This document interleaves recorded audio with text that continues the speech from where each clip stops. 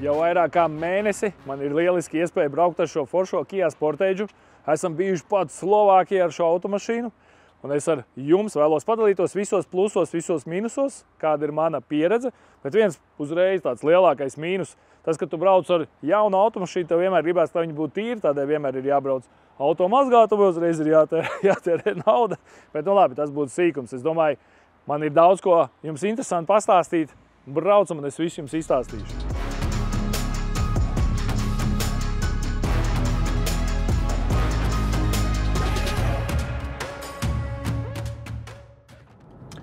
Nu, kā jau es teicu, kāds laiciņš ir pabraukts. Aptuveni 1 mēnesi ar šo mašīnu jau braucu. Jau esmu ļoti pieradis, jau esmu saradis ar šo mašīnu, jau piestrīķējušies mēs esam viens otram.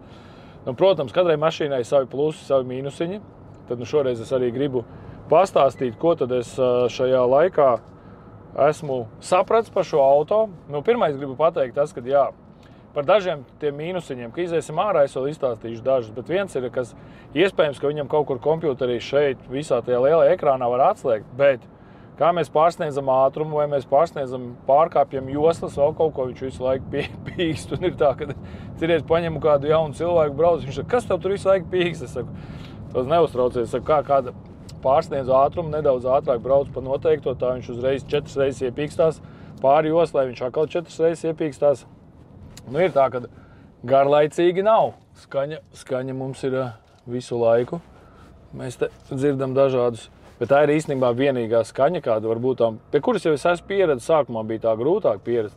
Un es saku, cilvēki, kas ar mani kopā brauc, tie citreiz saka, kāpēc viņi visu laiku skan, bet es jau īstenībā vairs to nedzirdu. Dzirdiet? Tūlītām te ir 80 rāda. Pabrauksim virs 80 un būs. Nu, kur viņš nepīkst? Ko viņš mums nepīkst? Jā, sāk kaut kas tur. Bet labi, tas ir sīkums. Protams, ļoti daudziem interesē automašīnas, tātad cik ēd degvielu. Viens no galvenajiem faktoriem, cik ēd degvielu.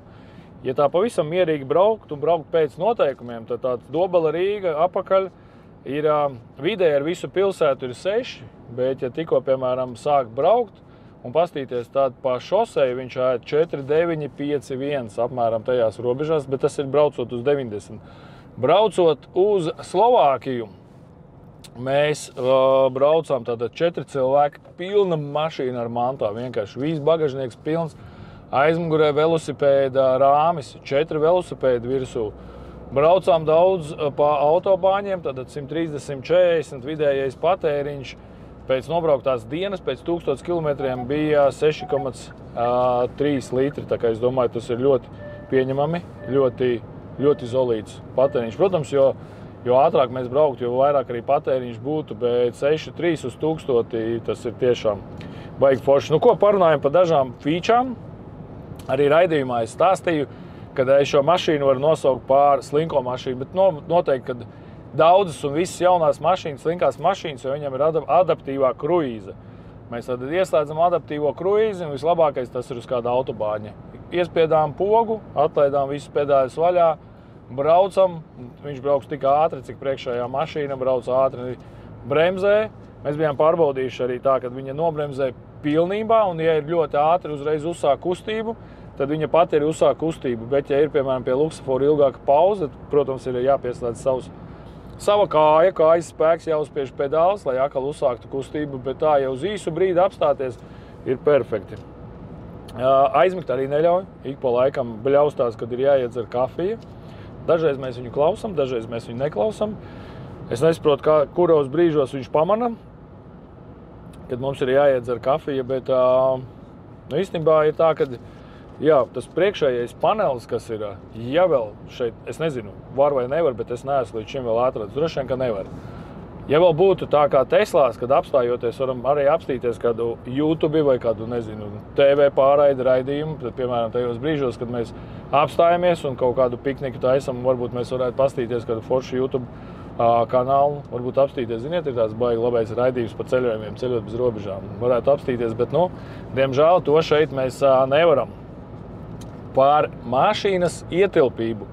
Mašīnas ietilpība, kā jau viņa tādā crossoverī, ir ļoti, ļoti forša, ļoti pieņemama. Tiešām šeit priekšā, nu, man kā ne tam pašam mazākajam cilvēkam, man šeit ir ļoti ērti.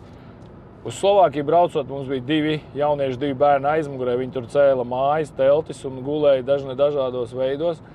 Īstenībā tā, ka arī 3 bērni šeit būtu mierīgi aizmugurē sasēdušies un ļoti, ļoti ērti. Bagāžas nodalījums 8 čemodāni iet. Iedomājieties, 8 čemodāni. Nu, protams, nav tie paši lielākie, bet nu, somas un čemodāni 8 mēs ielikām. Vēl papildus tam mēs ielikām arī piknika galdiņus. Tas tāds liels čemodāns salikts. Čemodāns, kad atver vaļā ir galdiņš, un tur iekšā ir vēl 2 krēsli. Arī tas mums vēl pa virsmu iegāja. Bet ir viens māziņš, bet tas ir tieši šai mašīnai. Es pirms tam braucu ar vēl vienu Kia, tieši tādu pats sportēģu, bet hibrīdu. Viņam aizmugurē bija poga, kur nospiež un aiztaisās bagāžas nodalījums, tātad pats ciet. Šeit šīs pogas nav, un tas īstenībā ir diezgan liels mīnus. Tātad šīs mašīnas komplektācijā nāk arī poga, un es saku, tā poga ir ļoti, ļoti nepieciešama.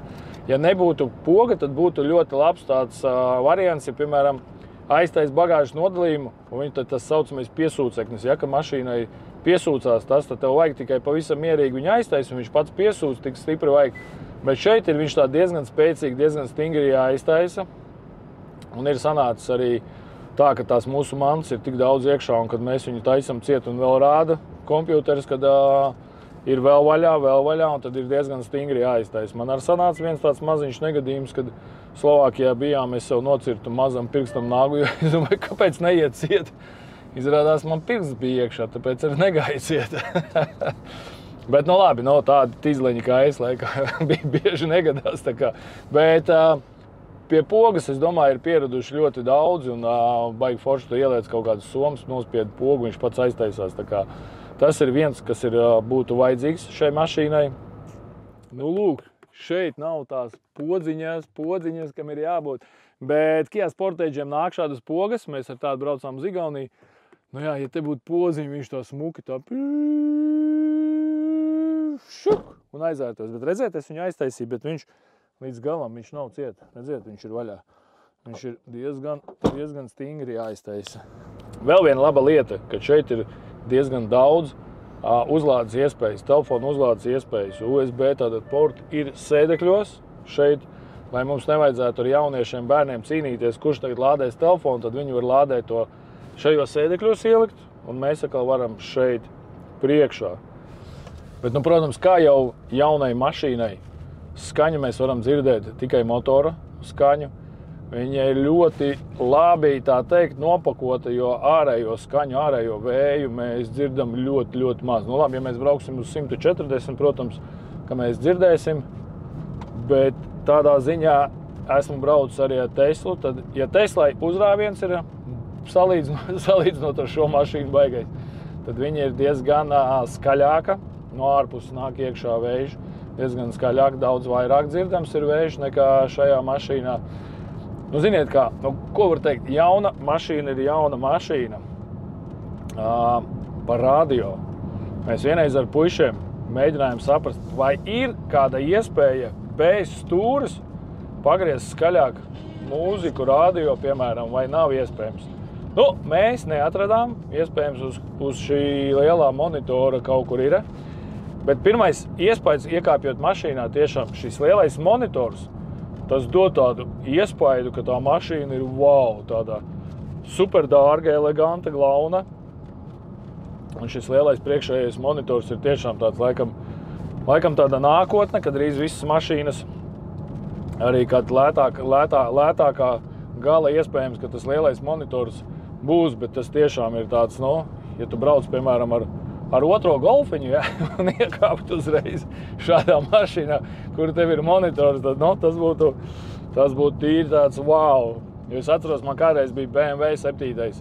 Un es viņu pārdevu tikai tādēļ, ka tas vecais, tas ekrāns, kas šeit bija, ka pa viņu varēja skatīties televīziju. Un īstenībā atbrauc pircējs, un es viņam saku, reku ir televizors, un pa turienu var skatīties televizoru. Toči var, es saku, jā. Ej, nost, es pērku mašīnu. Es saku, pagad, vai izbraucam varbūt? Nē, man nevajag izbraukt, ja tev rāda televizoru. Es viņu pērku.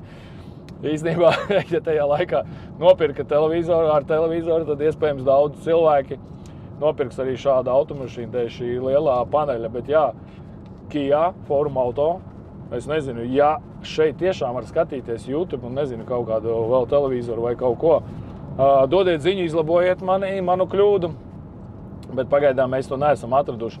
Un ja tiešām nevar, tad iesakiet Kia, lai uztaisa tā, ka šo visu to ekrānu, kas šeit ir, viņi varētu, piemēram, izmantot kā Androidu, un ka var, piemēram, arī uzslēgt Hobā un uzslēgt Jūķiku. Varbūt kādi hakeri var uztaisīt mums, ka mēs te varam skatīties arī pa ceļiem. Jo, piemēram, ja es sēdētu blakus un šeit es varētu skatīties TV, var jau uztaisīt, ir tie lipekļi uz telefoniem, lai tu it kā blakus nevar uzlīmēt tādu lipekli, ka šoferis neko neredz, tikai dzird. Bet no tā leņķa, no blakus sēdētāja, ka tu redzi visu, piemēram, ļoti spilgti un ļoti labi. Redzējāt? Tā ir tāda baigi labā feature. Varbūt nevajadzēja teikt skaļi, jo to varbūt es varēju nopatentēt un nopelnīt naudu uz tādu feature.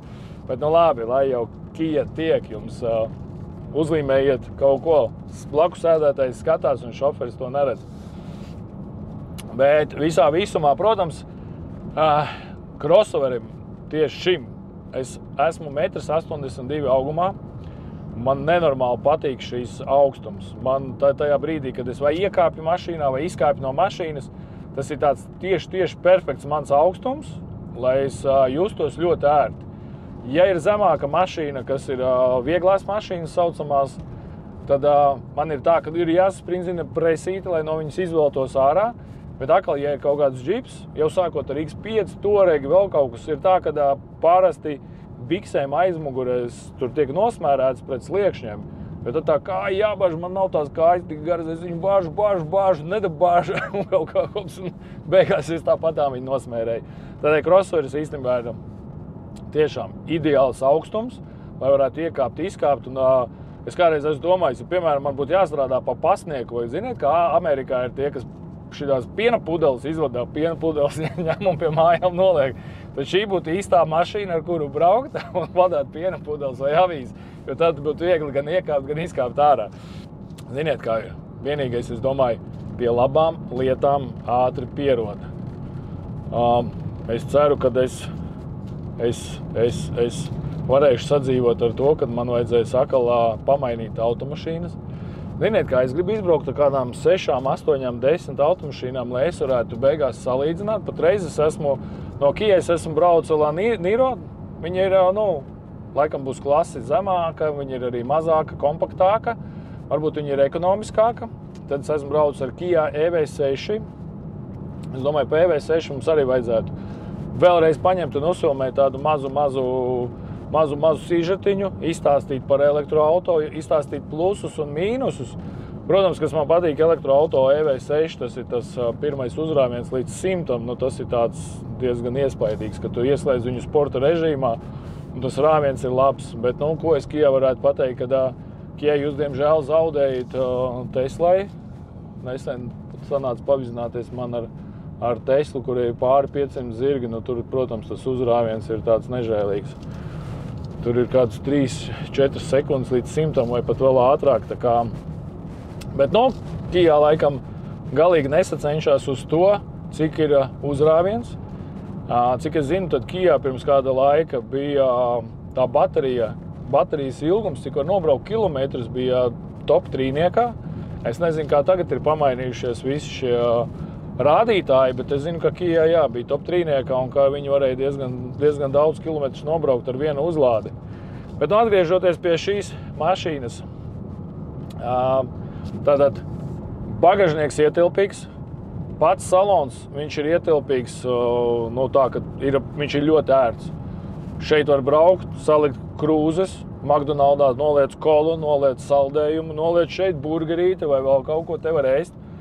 Ja tu vēl iesēdies kādam astē un uzliec adaptīvo kruīzi, tad mierīgi tu vari paēst, mierīgi pat varbūt tām nolikt. Viņš ietur šīs līnijas, tātad, ja viņš, protams, sāk bļaut kaut kādā brīdī, ka tev nav rokas uz stūris, bet ja tu pārkāp kādu līniju, viņš atkal sāk bļaut un viņš neļauj tev iziet ārā it kā no līnijas, viņš to mašīnu pagriež apakaļ.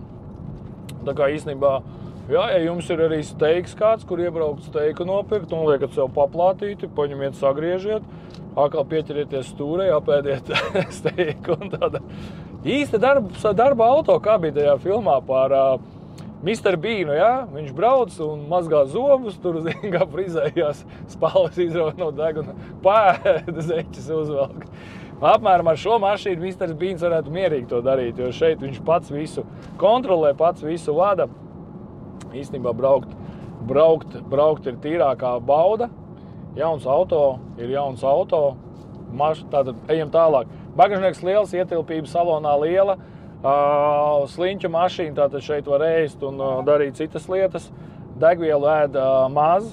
Kas vēl pietrūkst? Ja mēs esam kā tādi ceļotāji ģimeni un mēs, piemēram, aizbraucam uz kalniem, tad noteikti, ka pietrūkst panorāmas lūka. Šeit panorāmas lūks nav, šeit vispār lūks nav. Bet iespējams šo lūku mēs varētu uzsūtīt. Jāuzprasa, ka jā, vai ir iespējams, bet es domāju, ka var. Un, ja mēs aizbrauktu, piemēram, uz kādiem lielākiem kalniem, uz Šveici, uz Norvēģiju, uz Franciju, uz Itāliju, un tie kalni ir tik lieli, ka gribās, kā pa malu visu laiku nepaskatīsies, tad te vienkārši panorāmas lūkā tu visus kalnus redzi, un arī bērni, kas sēž aizmugurē, viņš šos visus kalnus redzētu. Tad tas ir vēl viens trūkums. Tātad panorāmas lūka, aizmugurējā poga, ko vajadzētu. Protams, gribētos jau varbūt lai automašīna ēd 2 litri, nevis 6 litri jau uz 100, bet tas ir tuvākā nākotnē. Bet diez vai tie, kas pumpē naftu, tie diez vai atļaus, ka mašīna ēdīs 2 litri savādāk. Viņiem nesanāks bērniņiem tie miljonu dārgās mašīnas. Bet, jā, tādā ziņā braukt ir tīrais kaips. Esmu nobraucis tieši 8000 km, esmu pieredzis, esmu saradis ar šo auto. Iziesim vēl ārā, apiesim apkārt, parādīsim, kā no āras. Izskatās diezgan zolīti, diezgan glauni. Nav kauns arī šādu mašīnu izpušķot un braukt kāzās un vest jaunlaulātos. Bet tā kā braukt ceļojumā, un šī ceļojuma mašīna, patreiz man nav ar ko salīdzināt, bet ceļojumos braukt ar šo auto ir īstenībā tīrais kaips.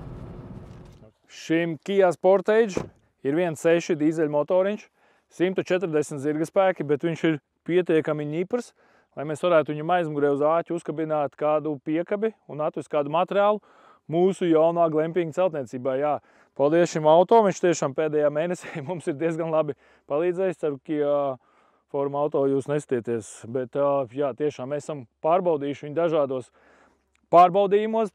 Pirmais jau bija uz Slovākiju, mēs braucam ar velosipēdiem, uz āķa bijām uzlikuši, protams, izturēji.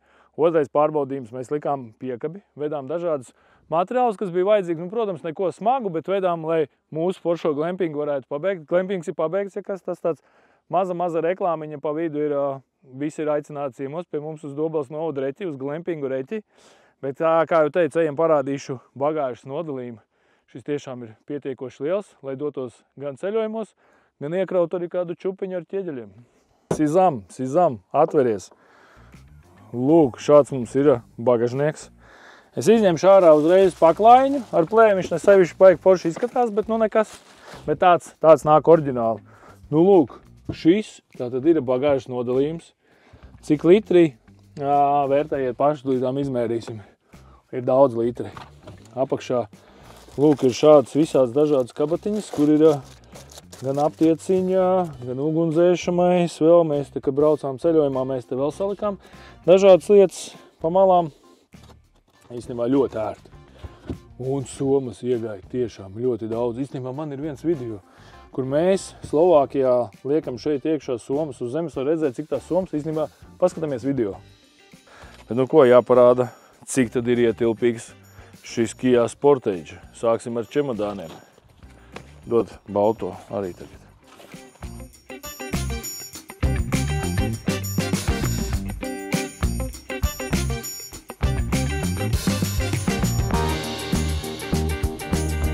Vēl viens, kā jau es iepriekš teicu, šis tas klīrens, tas pacēlums, ja, kad mēs kāpjam mašīnā iekšā. Tad iekāpjam, hops, un izkāpjam. Nevajag nepresīt saspringzināt, kā tas ir daudzās citās mašīnās. Nevajag nepēc tam stāties kaut kur un bikses šeit smērēt, ne, bet tīrīt nost, tāpēc, ka ir nosmērēts. Augstums ir tiešām perfekts. Protams, pamēģināsim vēl citus Kia auto izbraukt. Bet cilvēki, ja jūs meklējat sev kādu jaunu auto, tad šis varētu būt labs darba zirdziņš. Labs auto, kas aizved jūs kādā ekskursijā, kādā braucienā. Protams, viņš arī dizainiski izskatās ļoti glauns, tā kā vērtējiet paši, spriežat paši. Jums ir vajadzīgs šāds auto vai kāds cits. Tas jums tikai pašiem ir jāizvērtē, bet mēs esam priecīgi, ka šajā 2024. gada vasarā mēs varam izmantot tieši Kia Sportage.